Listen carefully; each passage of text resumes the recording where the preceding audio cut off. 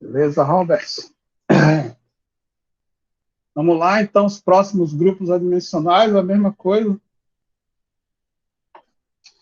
Nosso P2, copiar ele, né? Porque economizar um tempinho.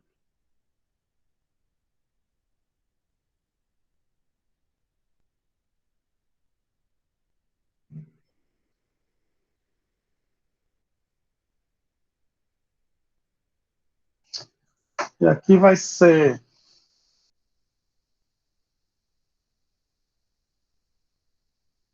a massa elevada a D, comprimento elevado a 3D, vezes comprimento da velocidade elevada a E, tempo elevado a E, diâmetro elevado a F, diâmetro que comprimento elevado a F,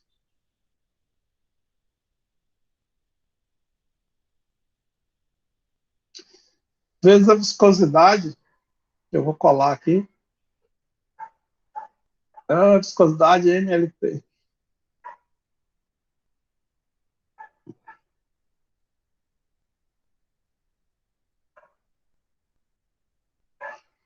Então, a gente vai ficar isso é igual a 1.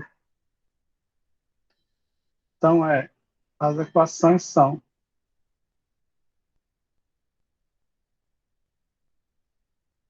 D igual a 1, D mais 1 igual a 1, né?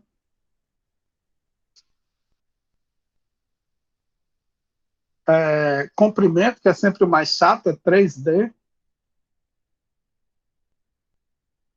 menos E,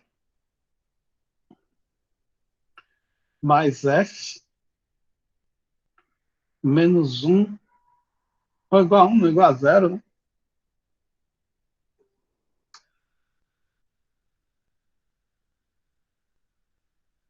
E o tempo é E menos 1 igual a 0. Então, beleza, D igual a menos 1 é igual a 1. Se eu substituir aqui, dá menos 3, menos 1, mais F, menos 1, é Professor, igual a 0. Opa, errei onde? deixa eu ver aqui. O Robert está sinalizando ali que parece que tem uns termos aí que tá com o sinal trocado. Não, acho que na segunda e na terceira linha. O tempo. Tá certo mesmo. É menos E, menos 1 igual a 0, né? É isso? Eu acho que também tem na segunda linha. Então Acho é que igual a menos 1. seria menos 3D, essas coisas aí. É igual a menos 1. Tá certo, é menos 3D. Aqui é a equação de. Aqui é M, L, T. Menos 3D mais E mais F menos 1 igual a 0. Valeu, Robert. Então, menos 3D, que é mais, né?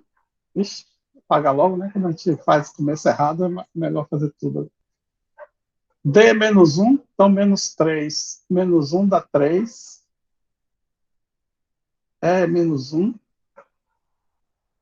Menos 1 mais F menos 1 igual a 0. Então, F é 3 menos 1, 2. Menos 1, 1. Do outro lado, F igual a menos 1.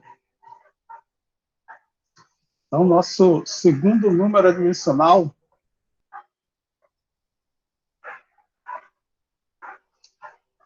é Rho elevado a menos 1, V elevado a menos 1, ou todo mundo elevado a menos 1, F elevado a menos 1, ou D elevado a menos 1, Mi,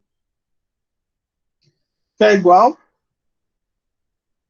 Rho, V, D sobre Mi, que é o nosso lendário 1 sobre o número de Reynolds. Não é isso? É exatamente.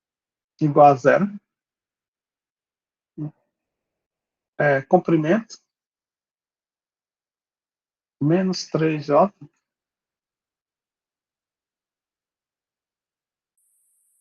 mais K, mais L, mais 1, igual a zero.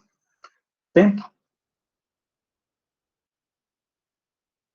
K igual a zero. Então, 0, 0, L é igual a menos 1. Opa. Esse L é o Lzinho, né? Lzinho igual a menos 1. Então, nosso quarto grupo adimensional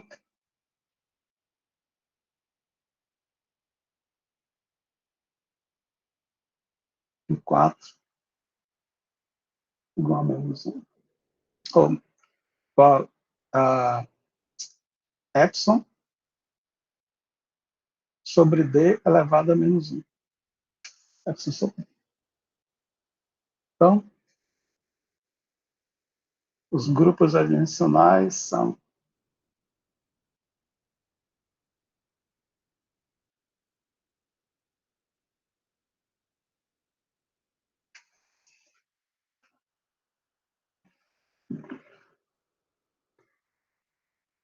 π1 igual delta P sobre ρ V ao quadrado.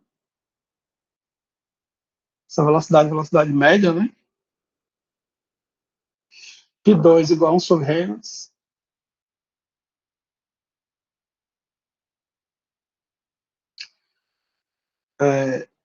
π3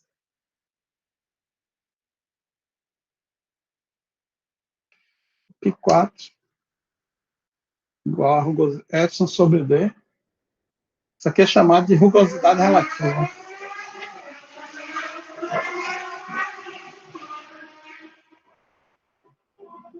Aqui em casa tem um eco da rua chato pra cacete. Vocês ouviram, não? Sim. Porra, você enche o saco. Rugosidade relativa. Esse é relativamente importante, que é o que aparece no gráfico de Moody, que eu vou mostrar a vocês. Então, beleza. π2, eu posso dizer que π2 também, tem aqui π2, é igual a Reynolds, continua dimensional, certo? Sim. O mais conveniente é que apareça Reynolds. Então, eu posso dizer que a queda de pressão em um tubo é π1. Ela é uma função que eu não conheço dos outros números adimensionais. π2, π3, π4. E fica delta P sobre ρ V ao quadrado. É uma função do número de Reynolds, do comprimento que vai ocorrer a perda e da rugosidade relativa.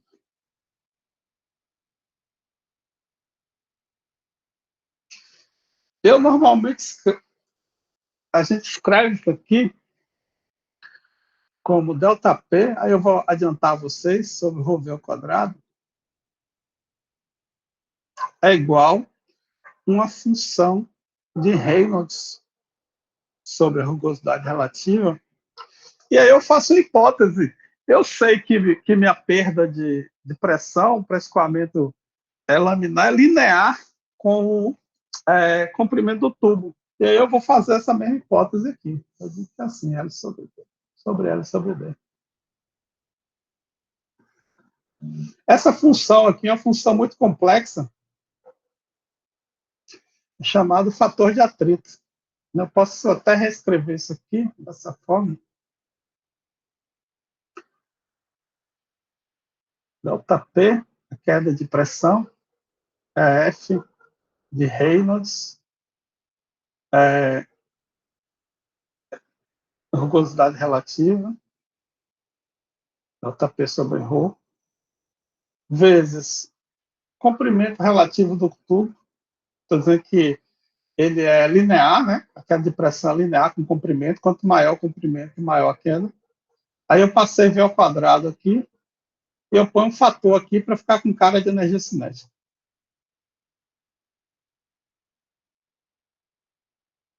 Essa equação que eu uso para calcular o fator de atrito em tubo, obviamente aqui é a velocidade média, né? O fator de atrito, não, a queda de pressão, isso aqui a gente chama de fator de atrito. A gente vai aprender a calcular isso aqui pelas equações, mas nessa época a maioria calculava o chamado gráfico de Moody's.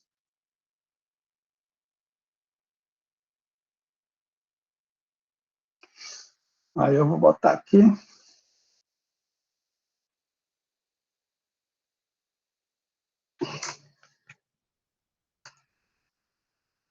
Moody, chama Graph-Curve, sei lá. Estou cansado do meu inglês. E é essa curva aqui bem louca, né?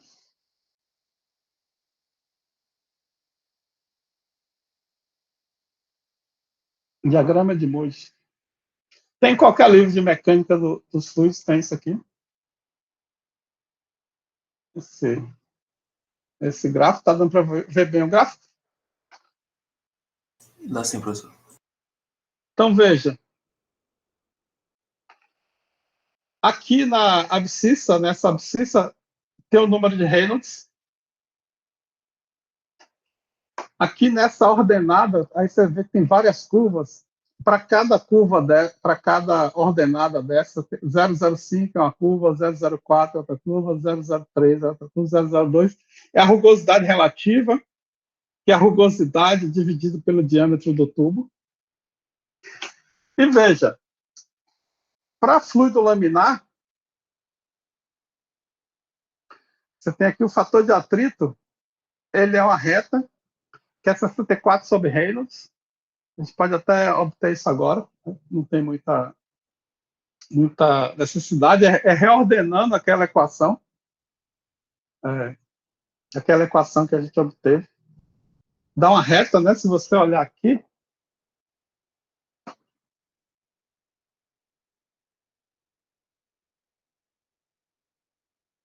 do jeito que está aqui, se eu dividir aqui por ρV ao quadrado, os dois lados, né? E por V ao quadrado, depois a gente faz isso com mais. Aí aqui corta V com V, um quadrado. A gente vai ficar aqui ΔP é igual a 8 vezes 4, 8, mi, ρ, e multiplica de um lado do outro, e ρ também, ρV, R ao quadrado, vezes mi. Aí eu ponho aqui L, aí eu pego um R dessa, aí eu ponho aqui o diâmetro, né? O diâmetro é raio sobre 2. Então aqui já vira 16, vai aparecer 64 aqui, daqui a pouco, se a gente continuar. R ao quadrado, né? Então aqui era 8, aqui já é 32, né? Porque aqui é R ao quadrado, transferindo em diâmetro, fica D sobre 2. D2 fica D ao quadrado sobre 4. Então, aqui já aparece 32. Depois a gente vai fazer direitinho, só para vocês terem a ideia aqui. Aí fica D sobre D, porque aqui é o quadrado. Então, aqui já é o quê? Reynolds. Né? Aí fica aqui ΔP sobre ρV ao quadrado é igual a 32 sobre Reynolds L sobre D, né? Eu comi algum 2 ali. Deixa eu ver se 32, 64. 64, né? Eu devo ter comido algum 2 aí. Mas o importante aqui é ver que a relação que a queda de pressão é 1 sobre Reynolds. o escoamento laminar, pode ser obtido analiticamente. Para os outros escoamentos,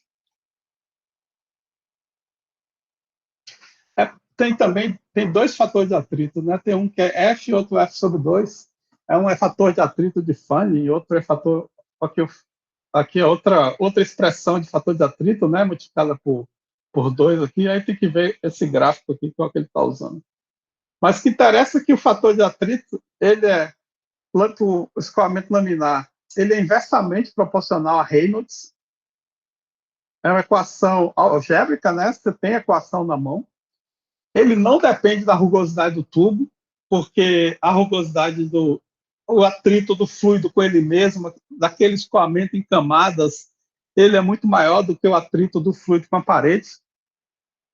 Aí depois ele passa aqui para um regime de transição. Veja, no regime de transição, as pessoas no gráfico, eles colocam uma zona cinzenta, assim. Aqui é como se não soubesse o fator de atrito direito, né? Muito difícil calcular qualquer coisa aqui nessa zona de transição. E aí depois tem várias curvas. A depender da rugosidade relativa e do Reynolds, sei lá, o Reynolds 1 milhão, rugosidade relativa 0,002. Então, seu fator de atrito é esse aqui. A gente vai usar a equação para calcular, mas as equações são implícitas, né? Eu não lembro exatamente a equação, mas a equação vai ser algo dessa forma, aqui assim. 1 sobre raiz do fator de atrito é igual a menos log do Reynolds sobre a raiz do fator de atrito mais, sei lá, a rugosidade relativa. Algo desse tipo aqui. Veja, essa equação é equação implícita, né? É uma forma geral, né? Não é exatamente assim, mas vou pegar aqui, ó, no livro.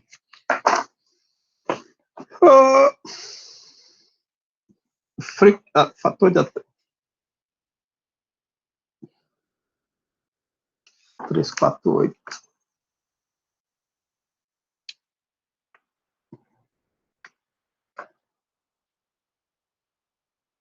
A equação, uma das equações, né? Tem dezenas, a equação que o Fox recomenda, que é boa, é 1 sobre raiz de f é igual a menos 2 log de 2,5 Reynolds raiz de f menos a rugosidade relativa dividido por 3,7, que é para o escoamento turbulento. Para o escoamento laminar, 64 sobre Reynolds. Veja, essa equação aqui tem uma característica muito, muito importante, né? Essa equação é equação implícita. Você não consegue isolar o F para calcular o fator de atrito nessa região aqui desse gráfico, do diagrama de Moody. Então, aqui você tem duas opções. Ou você resolve aquela equação, que é moleza no Excel. Eu vou mostrar como fazer, não tem muita dificuldade. O Excel tem uma ferramenta para isso, que é o Solve, ou atingir meta. Você pode usar essas duas ferramentas. Ou você usa o gráfico, né? Particularmente, eu prefiro usar Excel. E na prova, o Excel também é mais recomendado. Beleza? Beleza, professor. Então, é isso que eu tinha para falar de... Como é que é o nome? De números adimensionais. Eu espero que vocês tenham se divertido com esse assunto. Por que não deu 64 aqui? Eu estou curioso, deveria dar. Algum 2 aí que eu comi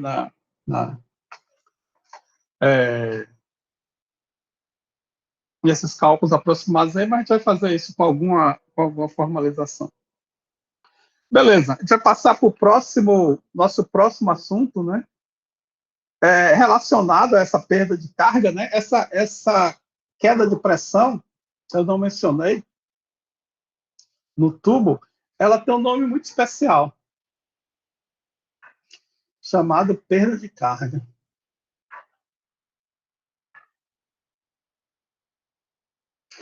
Ela é calculada para a gente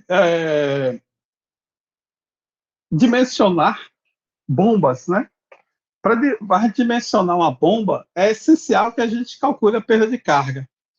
E a equação que permite que a gente dimensione bombas é a equação de Bernoulli, que é o nosso próximo assunto aqui no curso.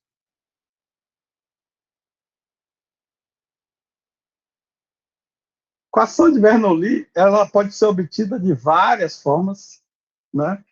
A maneira que eu gosto mais de obter a equação de Bernoulli é através do teorema de Reynolds. Vou botar aqui.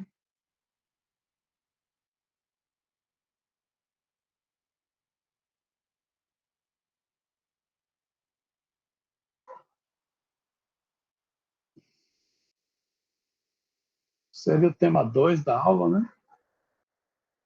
Equação de Bernoulli. A gente vai levar umas 6 aulas nessa equação de Bernoulli. A equação de Bernoulli é uma das equações mais importantes da humanidade, considerada, né? Junto com conservação da energia de Einstein, é igual a mc ao quadrado, as equações de Maxwell, né? E a lei de Newton. É a equação que permitiu a humanidade transportar água com facilidade, né? A equação de Bernoulli,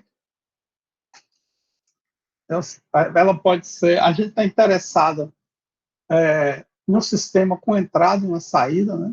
Um sistema assim.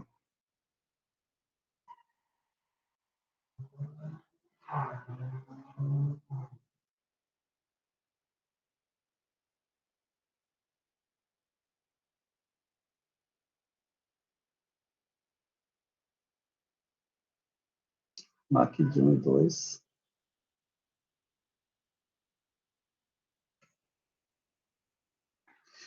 E a gente, para obter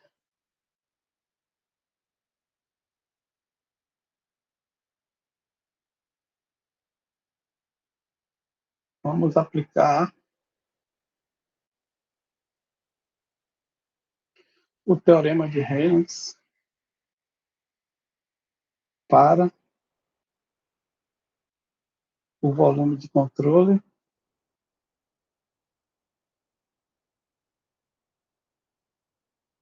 na forma da conservação da energia. A gente ainda nos fez, né? A gente conservou a massa e o momento linear.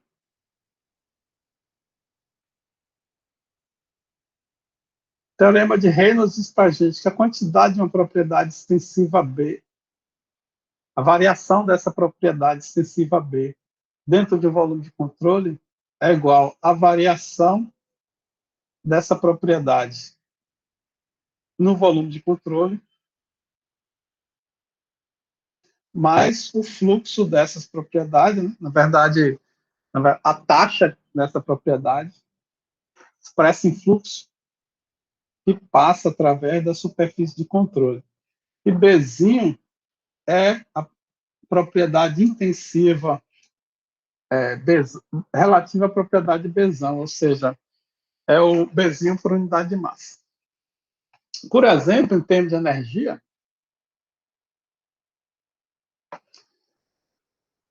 a gente podemos dizer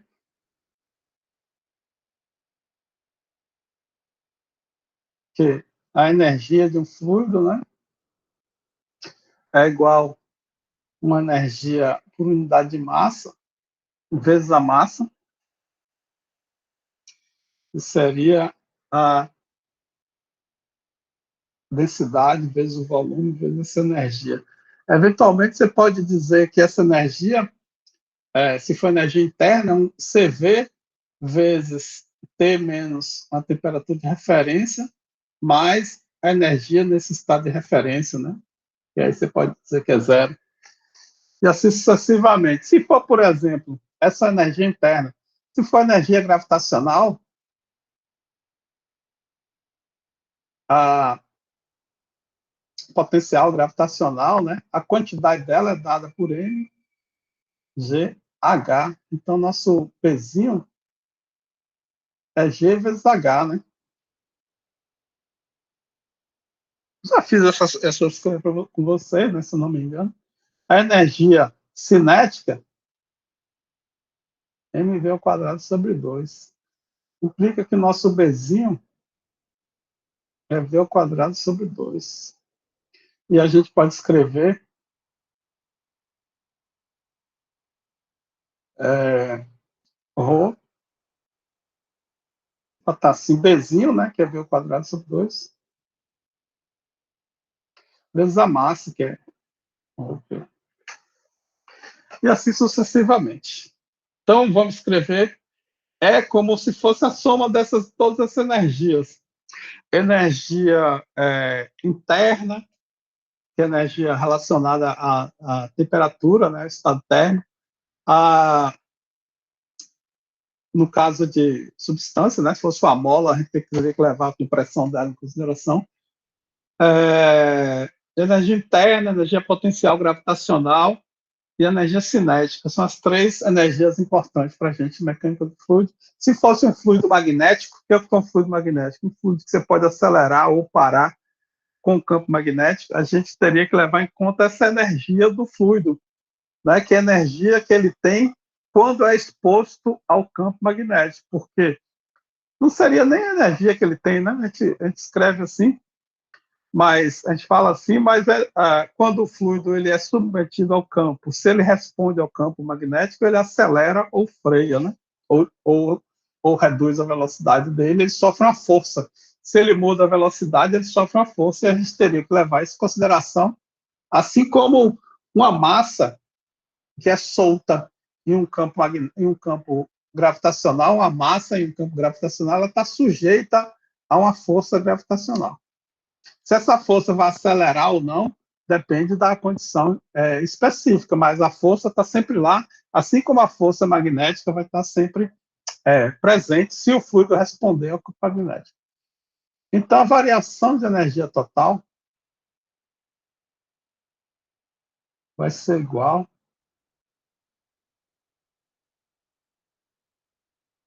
à variação, chamar isso aqui de energia térmica, né? Energia interna. Então, isso aqui é aí, e aí. E esse exão é o somatório de todas as energias. Vou chamar aqui para não confundir com índice. Todas as energias relevantes, né? Nesse caso aqui, energia interna, mais energia potencial gravitacional, mais energia cinética. Variação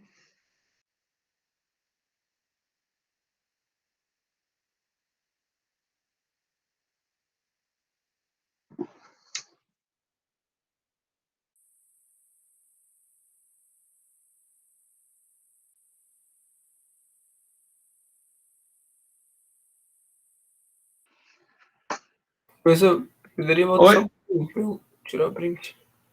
Claro. Você tira print, pô, eu mando lá o PDF, mal moleza. Eu prefiro, às vezes, salvar logo direto no meu computador.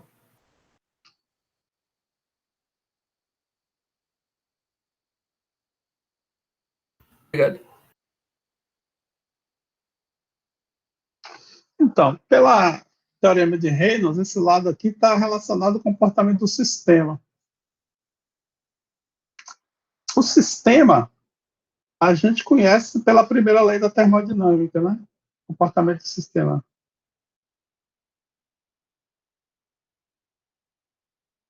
a energia é igual à quantidade de calor que ele troca, menos eventualmente o trabalho que ele troca. Essa lei é muito importante, né, principalmente para a mecânica dos fluidos, porque ela estabelece uma inter-relação entre o trabalho mecânico, o calor e a energia, né, que você pode aumentar a energia interna de um fluido fazendo trabalho nele, né, trabalho mecânico. Isso é muito profunda essa relação, a gente às vezes não reconhece. Quem fez essa relação aqui, se eu não me engano, foi Watson, que a gente chama de Watt, na verdade, Sir Watt. Ele é um Sir que a contribuição dele é resumida em reconhecer a interconversão entre energia, calor e trabalho. Se a gente dividir aqui por unidade de tempo, ou a gente pode diferenciar também, né, que fica mais simples, a diferencial de energia, ou seja, a variação de energia, como calor e trabalho não são funções de estado, a gente chama esse delta aqui estilizado, esse D estilizado. Isso é verdadeiro porque é uma soma, uma diferença, então a derivada da soma é a diferença das derivadas. A derivada da diferença é a diferença das derivadas. É como se a gente aplicasse, né, uma derivada aqui e uma derivada aqui. O operador derivada, né, nesse caso que a gente chama. Aí veja, se eu tiver interessado por unidade de tempo, eu faço, divido por um intervalo de tempo. Então aqui eu tenho que dE dt, porque aqui é um diferencial exato, é uma função de estado, é igual a taxa de calor menos uma taxa de trabalho. Taxa de trabalho, isso aqui é potência, né? É trabalho por unidade de tempo. Lembrando que trabalho mecânico, né, tanto faz aqui, é força vezes deslocamento, e potência é força e deslocamento por unidade de tempo. Então, a gente pode substituir isso aqui para o sistema, né? Teorema de Reynolds, a gente pode reescrever como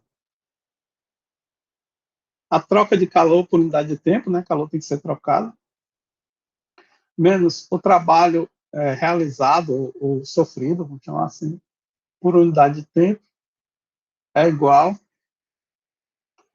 à variação de energia no volume de controle, aí energia térmica ou mecânica, né, já que elas são interconversíveis, mais o fluxo de energia. A gente chama de fluxo por um excesso de liberdade, mas é a taxa de energia transferida pelo volume de controle, porque fluxo é por unidade de área. Quando a gente integra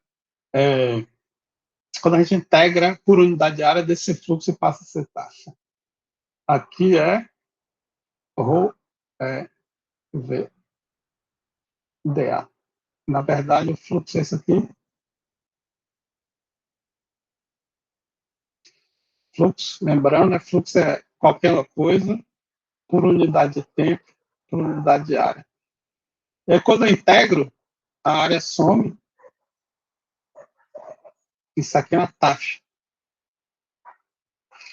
Né? Uma taxa de qualquer coisa é qualquer coisa por unidade de tempo.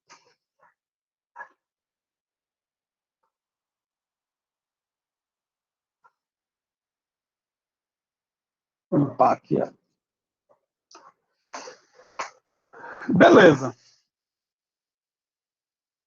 Opa.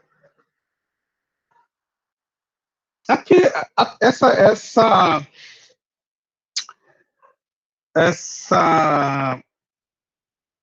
formulação ela pode ser atacada de várias formas, né? A primeira coisa que a gente faz é dividir esse trabalho. O trabalho aqui a gente vai dividir em 3 tipos de trabalho.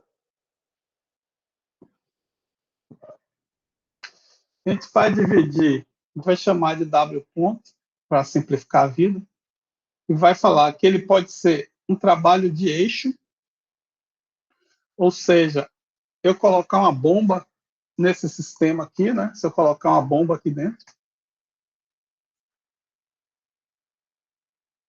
ou uma turbina, se eu botar uma bomba, eu tenho um eixo fazendo trabalho sobre o fluido, se eu botar uma turbina, eu tenho o fluido fazendo trabalho sobre a turbina, né?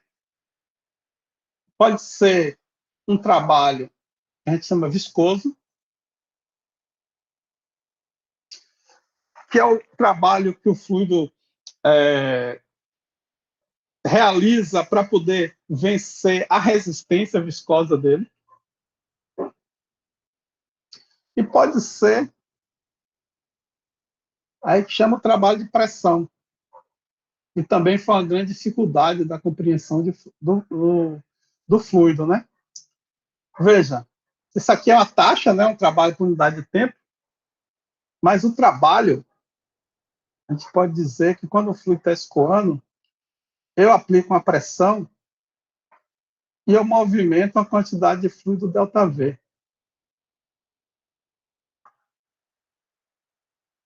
Aí, isso aqui vem do seguinte caso, que para uma camada de fluido escoar,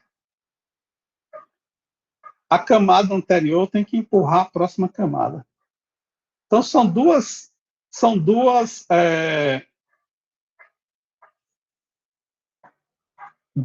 coisas aí difíceis da gente visualizar nessa formulação do entendimento da compreensão do fluido. Que existe um trabalho viscoso, né, do fluido vencendo a resistência devido à viscosidade, né, esse escoamento em camada, e também o trabalho de pressão, né, quando se aplica uma pressão aqui, a pressão está empurrando as camadas do fluido. Então, existe esse trabalho de pressão também. Se eu tirar uma foto aqui de um segmento do tubo, aí tem uma quantidade de fluido aqui. Aí, se eu tirar uma foto, depois esse fluido vai estar aqui. Então, houve um trabalho aqui da pressão de empurrar esse elemento de fluido esse tempo aqui todo, né? A gente pode dizer, lembra, o trabalho a gente pode escrever também como força vezes deslocamento. Trabalho é igual a força pressão vezes área vezes deslocamento. A gente pode escrever dessa forma aqui também, por isso que chama trabalho de pressão. Beleza? Beleza, professor. Vocês concordam? Professor, uma dúvida no trabalho do eixo. Você falou que poderia ser do tipo turbina, né? Onde o trabalho é realizado sobre o fluido, ou do tipo bomba, que é o trabalho realizado sobre o fluido, ou turbina, que o trabalho é realizado pelo fluido na turbina. Perfeito. Aí o sinal é diferente, não é? Sim. Essas taxas. Sim. Entendi.